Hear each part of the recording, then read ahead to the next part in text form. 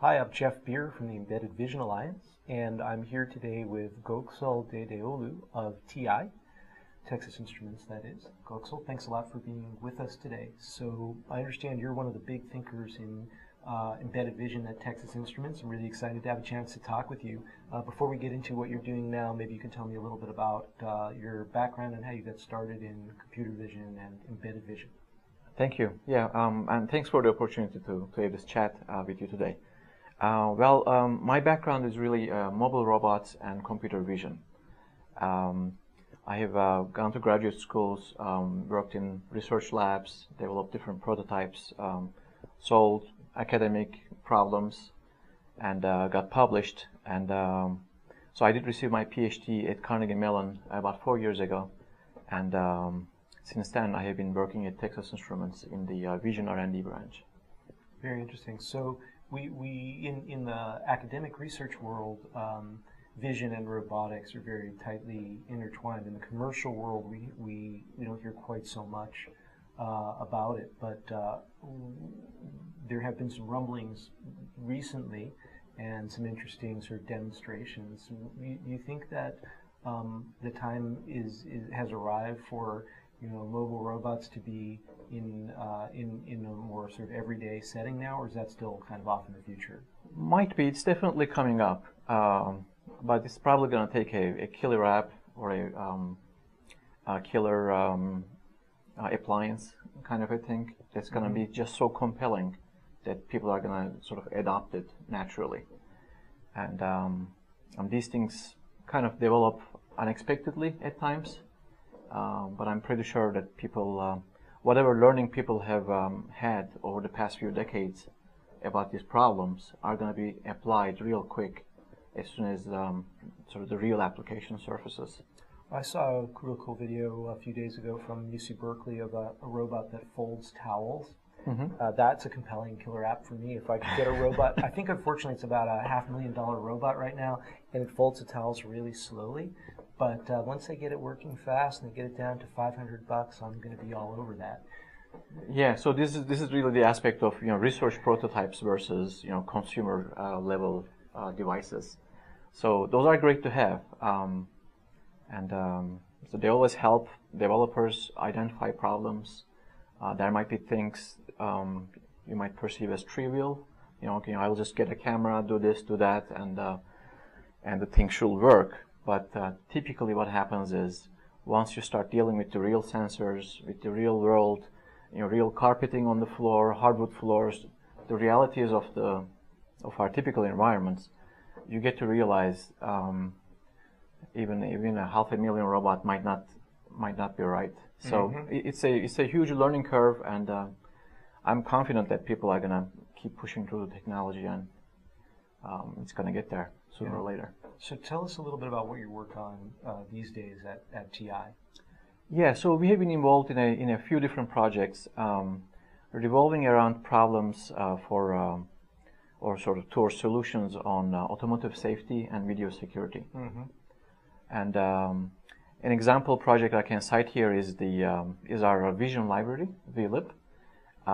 It's basically a collection of useful kernels, functions that we have identified, and we have optimized for our embedded DSPs. And the idea here is to help developers, application builders, put together a solution faster, so they don't have to reinvent the wheel, they don't have to reinvent the most efficient ways of doing some very, at this point, standard computations. Mm-hmm. So it's a matter of really enabling them, giving them tools so they can really get the full entitlement out of a chip. So that's something that was developed in your group, the VLIB? The VLIB, yeah, exactly. And is that something that TI makes generally available to anyone using TI chips? Exactly, yeah. And is it distributed as source code or in some other form? It's actually an object binary library, and once we do the development, we spec out the library, we design the API, we optimize the functions. So it's really our business unit's responsibility and sort of call to decide on a distribution form and model. And how many functions are in that library today? I believe there are 65 or so different functions. And each time a new generation of DSP processor architecture comes out, you guys go back and re-optimize for the features of the new architecture? Well, that's one possibility. So one thing that is for sure the case is that the new generation DSPs are always backward compatible. So you don't have to recompile anything. You can just keep using the same library as before. And it really depends on the new features and maybe new instruction set that might be available in the new chip. Sometimes it's just these are a few extensions, very specialized instructions that get added, and so it doesn't mean that you are going to have a guaranteed speed up in a given function. But in general, it might be useful to revisit some of those functions and to consider new opportunities for optimization. Now, do you consider that set of 65 functions is pretty complete? Provides most of what most customers need, or is it just the starting point? That's a starting point. It will be very hard to claim any completeness in general. I mean, just like the vision solutions out there are really at their infancy. The building blocks, hopefully, are a little more mature than that. And that was actually part of our survey, part of our sort of requirements analysis, to figure out what are the useful kernels, what are the common blocks in different applications. And we have actually tried to keep the library sort of as generic as possible, because we know our customers have their own way of putting together the application end to end. And they all have, for a good reason, their secret sauce, their ways of computing things, their way of approaching the problems. But at the end of the day, there are always some common blocks that are very much pixel intensive, very low level processing, and those are the areas where we have best chances of giving some serious acceleration.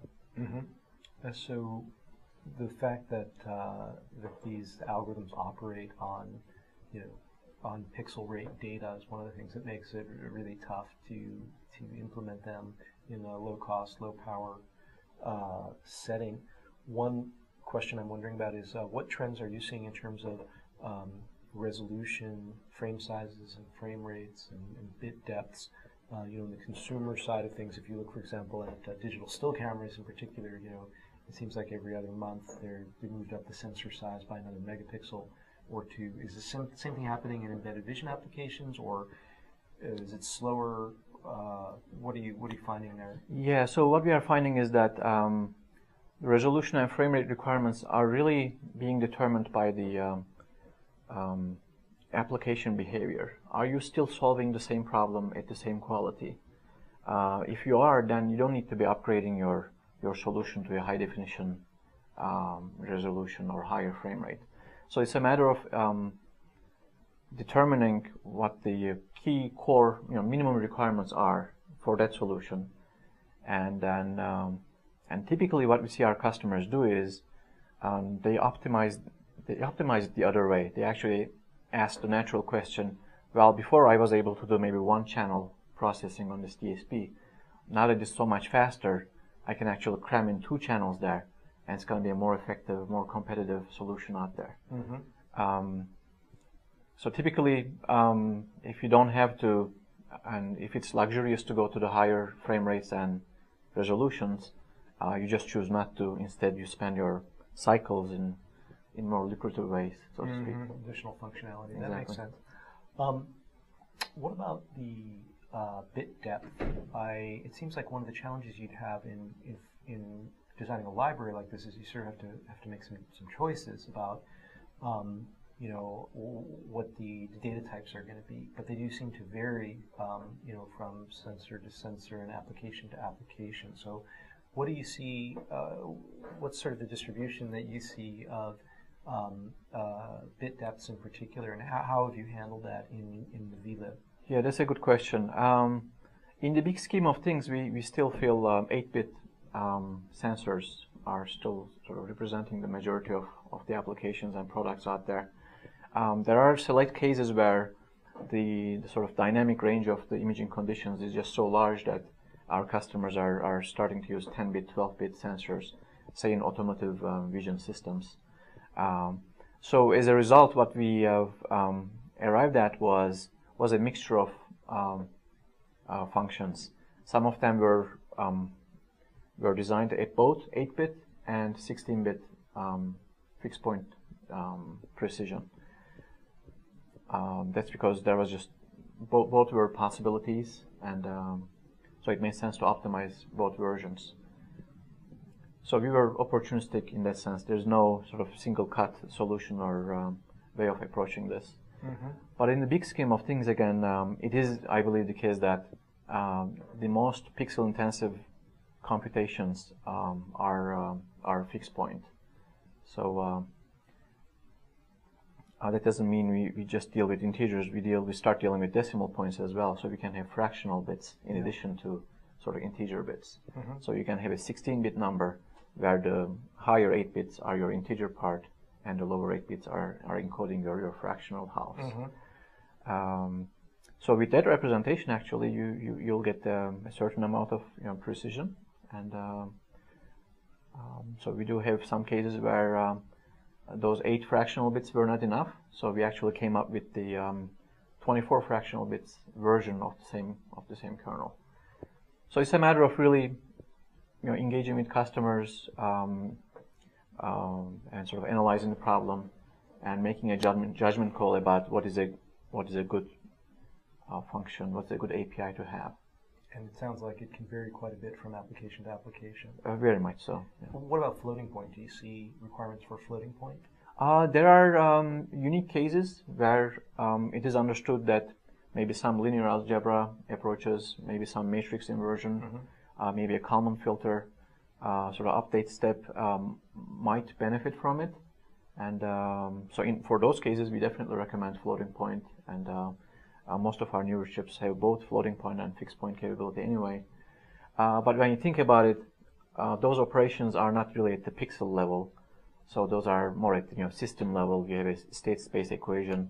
You do that maybe 100 times, 200 times for the whole image, as opposed to a million operations per pixel kind of thing. Right. So you still need to put it in perspective in the big scheme of the application. Mm-hmm. When you profile your application, you'll quickly find out how much of your cycles you spend on those versus the other ones. So libraries like the Vision library, image library, they are really targeting to get the pixel-intensive computations out of the way for you. Mm-hmm. So you are just free to go implement your own ways of nailing down the problem. Very interesting. So let's talk a little bit more about kind of the programming languages and approaches. What do you see typically customers doing when they're building their own vision applications? Maybe they're using some of the functions out of your library where that's applicable. What about the rest of the code? Is that just plain vanilla C or C++ code that they compile for the DSP, or are they doing more to taking some of the same steps that you take in optimizing your library functions in order to get very, very efficient code? Well, the whole range of customers and sort of expertise levels really exist out there. Actually, we do sort of practice this transition almost on a daily basis in our branch ourselves, where the sort of early prototyping phase of the project typically happens on a desktop environment. It could be a Python script, it could be a MATLAB code, it could be using some existing packages, toolboxes, and that's perfectly fine because at that stage you are really gauging the feasibility of the solution. Mm-hmm. And as soon as you get a sense of that, you establish, at this resolution, at this frame rate, I can do the job. I can maybe track the vehicle or identify, people's faces, maybe at this resolution. So once you establish that, you need to start thinking sort of the constraints and sort of the low power nature of the chips that these things are going to be running on. So this one stage where we do recommend really a close collaboration between the R&D engineers, algorithm owners, and the embedded software programmers. it can be a dangerous gap between such two groups if our sort of R&D friends come up with some solutions without any regard to the complexity of the problem and just throw the code over the wall and just run away, because then the embedded system programmers are going to probably have a very hard time mapping that onto the architecture. So the approach we recommend there is really to be aware of the maybe APIs of what is done efficiently on these embedded processors. And in many cases, we do have actually expert customers who know the whole way. They are both thinkers and algorithm developers at the highest level. And when they want to go embedded, they know exactly what steps they need to be taking and what process they need to be following to do the transition. So really, this entire range of abstraction, if you want, has a natural way of mapping to the code.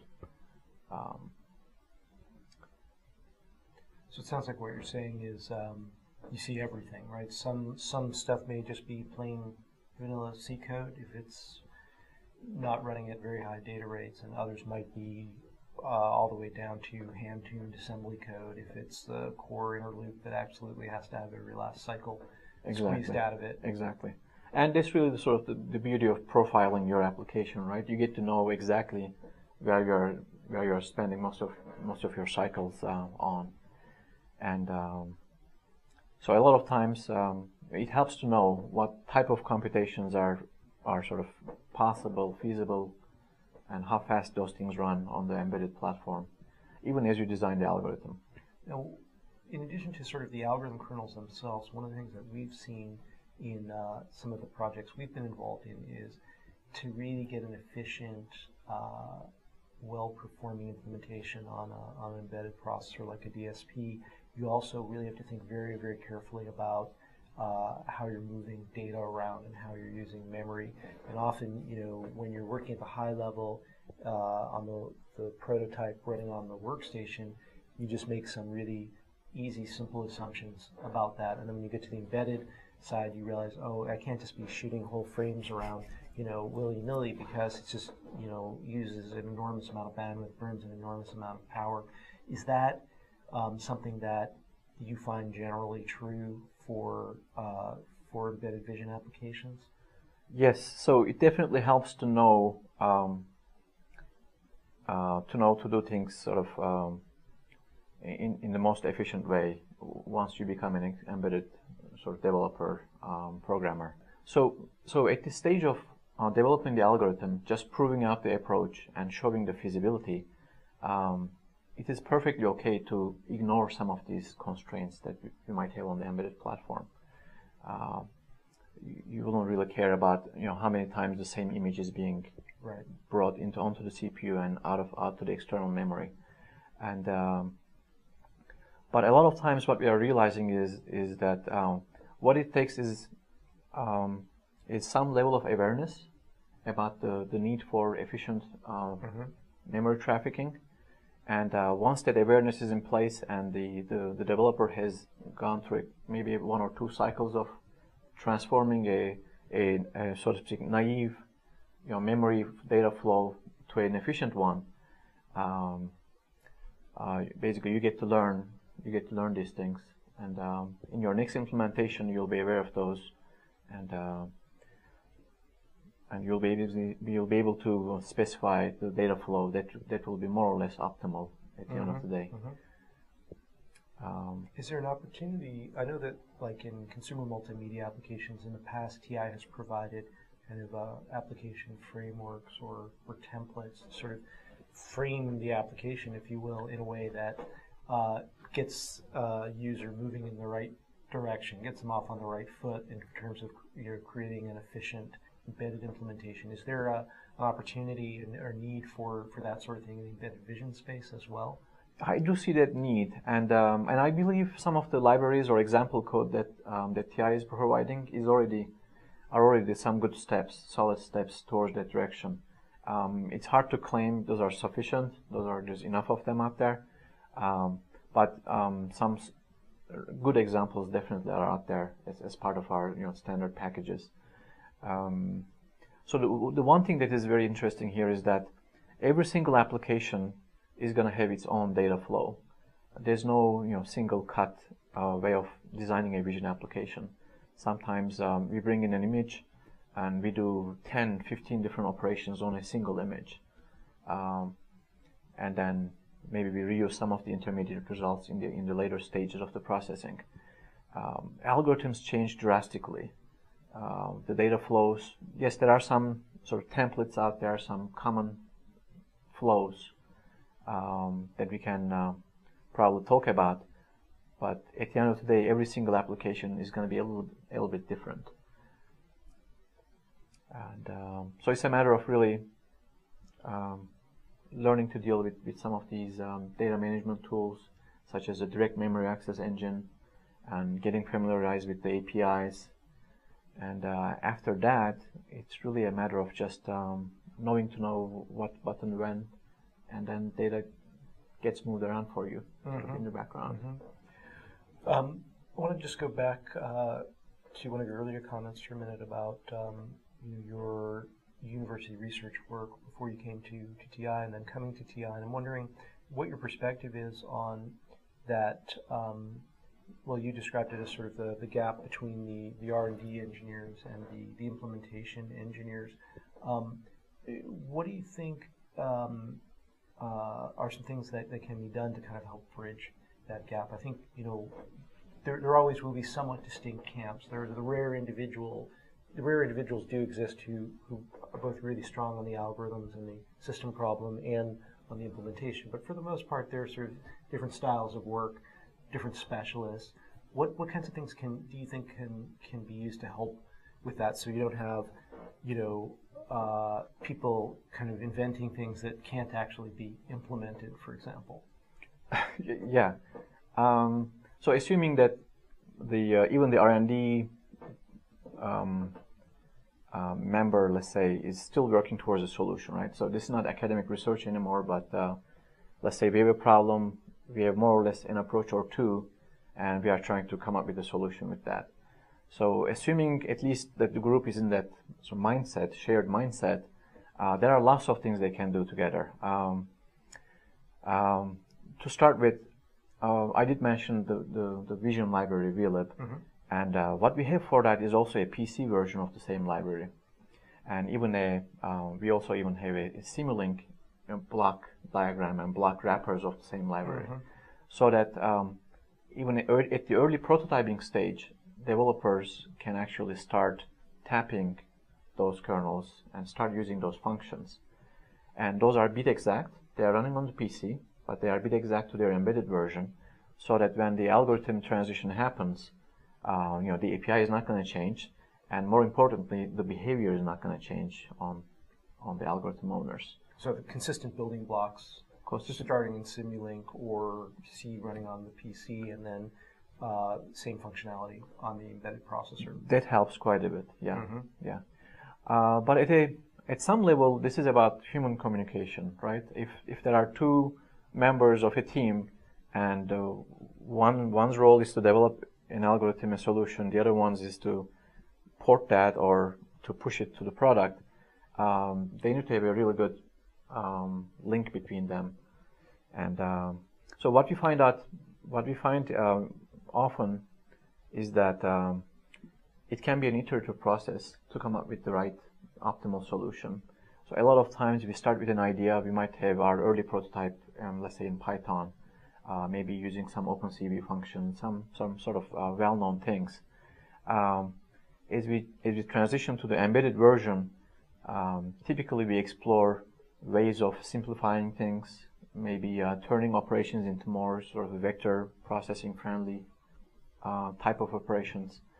And that means there needs to be this iteration, and if you have a communication problem between the two ends, that's not going to be smooth. That's not going to be an efficient way of getting there. Right. And is that another reason why having sort of a common framework, library, what have you, can be really valuable, keeping the high-level model and the implementation in sync, Exactly. So, the implementation guy says, well, when I took your thing that was floating point and I made it fixed point, then it stopped working. Then, the algorithm guy can go back and try that in his high-level environment where it's easy for him to experiment and iterate and say, yeah, I see why it isn't working. Let's put this scaling step in, and then it'll work. A perfect example, exactly. Yeah. And this is actually where I see the Embedded Vision Alliance also play a critical role in basically disseminating, organizing maybe this kind of training, these ideas, these core design recommendations really, and disseminating them to the larger community. Yeah, it's certainly a big part of what we're hoping to do is sort of create a bit more solid infrastructure for this still nascent field of embedded vision engineering, if we can call it that. I agree with that. Well, it's been really great talking with you, Goksel. Thank you so much for taking the time to talk with us. And maybe next time we'll come visit you in your lab in Dallas. And I hope so. Show us some more in-depth views of some of the things you're working on. I look forward to it. Thank you. Thanks again.